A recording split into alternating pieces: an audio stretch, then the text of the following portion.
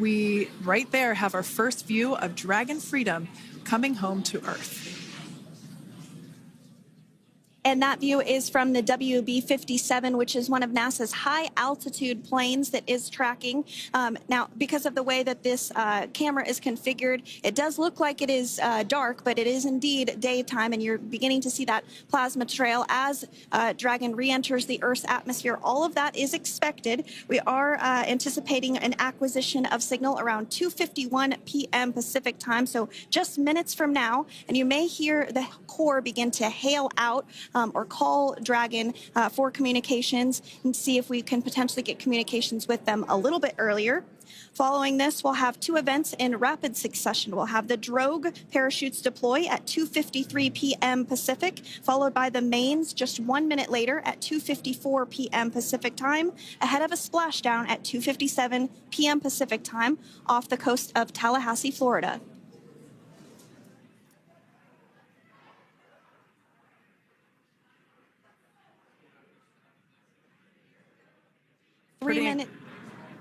Pretty incredible views of the Dragon spacecraft making its way home back to planet Earth with the Crew 9 astronauts on board.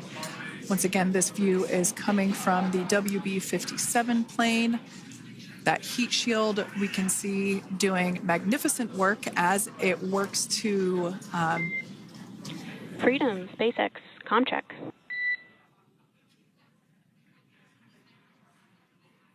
All right, we're going to start hearing the SpaceX Crew Operations Resource Engineer. SpaceX Freedom is with you. 4.16. Enjoying the ride. Copy that, Freedom. Great news there from Commander Nick Hague reporting back. We see a healthy flight computer. Expect automated chute deployment. Freedom copies. Like we said before, things moving very quickly as Dragon Freedom makes its way home. Next event coming up will be deployment of the drogue parachutes. This occurs around 18,000 feet. GPS has converged. Expect nominal altitude for drogue chute deployment.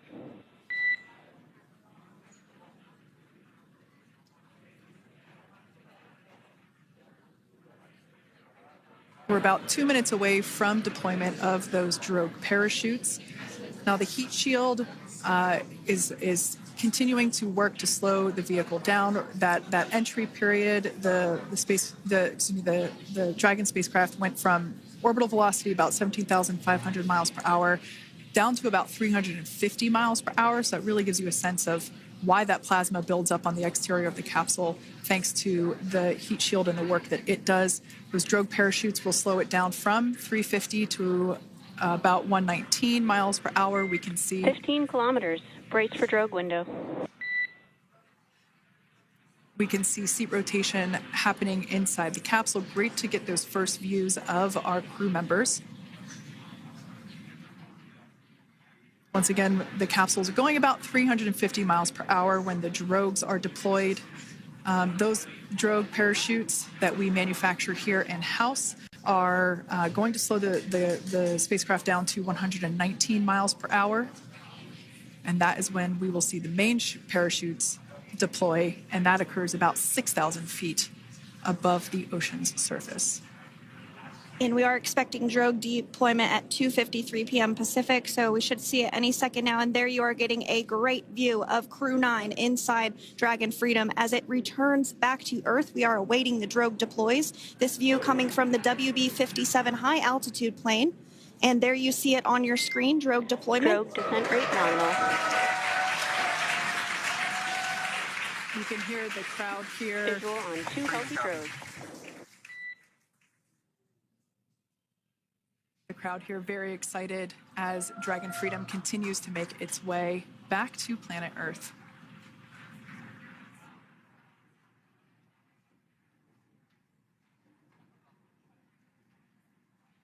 Next up, we'll stand by for the main deployment of the parachutes. The mains are quite a bit larger. You'll be able to notice the difference on your screen once they deploy, and they continue to ensure that the Dragon spacecraft slows down even further. As we mentioned, Freedom will be traveling 16 miles per hour when it splashes down off the coast of Tallahassee, Florida, here at 2:57 p.m. Pacific time this afternoon. And there we go. We have visual on 4 healthy mains. That view was from inside. Freedom copy. That view was from inside one of the buckets where the parachutes are located. So we see a great view there of the reefing on those parachutes. And as those main parachutes begin to inflate fully, 4 beautiful, healthy mains. Now awaiting visuals of splashdown. Freedom, 1,000. We'll start to hear Commander Nick Hague. Copy, 1,000. As we heard right there, Commander Nick Hague will be calling out the altitude of the Dragon capsule from here on out. Landing in water is simpler and provides more margin against unlikely parachute issues. You can see those parachutes continuing to slow the Dragon capsule down. And if you're just joining us, you're looking at 800 meters. a live view of Crew 9, just minutes away from splashing down off the coast of Tallahassee, Florida. Splashdown 2 minutes from now at 2:57 p.m. Pacific. We do have 4 healthy mains really doing the job there. Just breathtaking views of a calm, glass-like ocean off the coast of Tallahassee, Florida. Crew 9 just minutes away from splashing down. This is really such an incredible shot. Copy, 600. That was a live view from our recovery vessel, Megan, which is stationed a couple miles away from the splashdown site. We can see the crew there using their restraints as resting places for their arms. They were just in space moments ago, so their arms were able to float freely. 400 meters. This is a gorgeous bluebird day here that we have for the splashdown of Crew 9. It's incredible to think that the Dragon capsule just minutes ago was going over 17,000 miles per hour, and now gently coasting to a soft splashdown. 200. Copy, 200 meters. Brace for splashdown.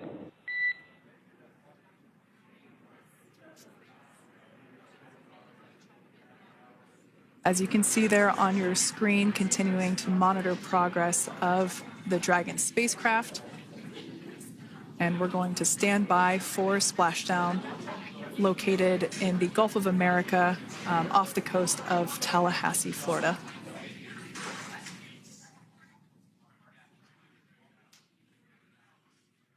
And splashdown. Crew 9 back on Earth.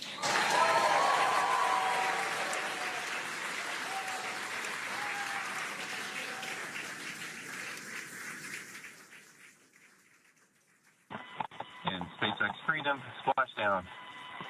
Good main release. Copy, splashdown. We see main chutes cut. Nick, Alex, Butch, Sunny, on behalf of SpaceX, welcome home.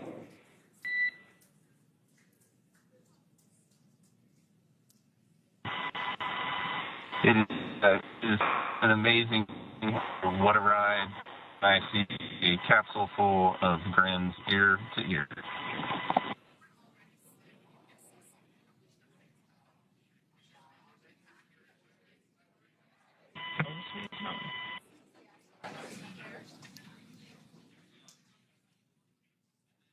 And as you can see on your screen, we have visual confirmation of splashdown. Dragon Freedom has returned home, and NASA astronauts. System safety verifications are in progress. We'll report back when recovery personnel are en route.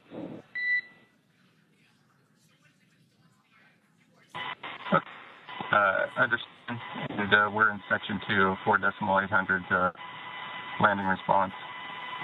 And looking for your words on if it is necessary.